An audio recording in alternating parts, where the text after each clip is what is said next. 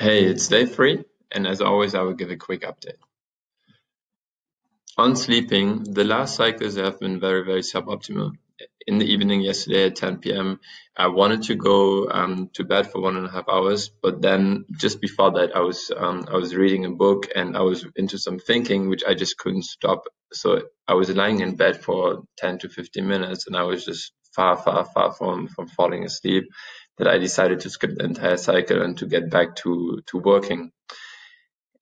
This was also partly true for the next cycle that I was still so much into the project mode that I just delayed and delayed and delayed the entire cycle that it ended up being 3 in the morning when I went to bed, and I put 1.5 hours of my alarm, and I completely slept over the alarm. So I missed the alarm and I ended up sleeping for 5 hours. So in short, I think the past night has been quite a fail on the polyphasic sleeping side.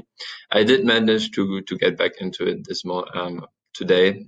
So I just had my cycle at noon, which I reduced to 1 hour, but I managed to get some rest. So this is good, but overall it has been rather suboptimal.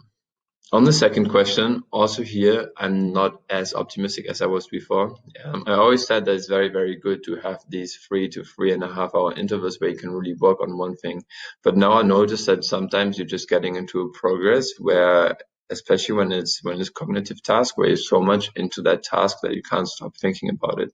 And then having this time restriction of 3 or 3.5 hours um, may actually be very, very unfeasible to keep, and you won't be able to get your brain stop thinking about this and stop working. And in that state, then it will not be possible to fall asleep. On the third question, I actually feel pretty good right now. I didn't feel too good in the morning when I woke up and I noticed that I basically slept through two of the cycles. But I think this just happens during this experiment. And now that I managed to get the 12 p.m. sleep at least for 1 hour, I think I'm back into the cycle, and I'm looking forward to seeing how I would be able to stick to them today in the evening. On the other topic that I mentioned yesterday, I actually decided to just give it a try, and I'm in the midst of a 36-hour fast. So last time I've been eating was yesterday in the evening around 8 p.m., and now it's roughly 2 p.m. the next day. So far, it has really not been any problem at all.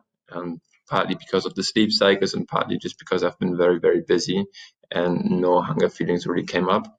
But I will surely keep you updated on how this is evolving latest during my next video.